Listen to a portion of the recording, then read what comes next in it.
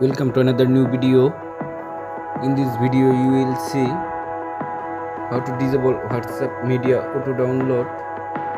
Please follow complete the process.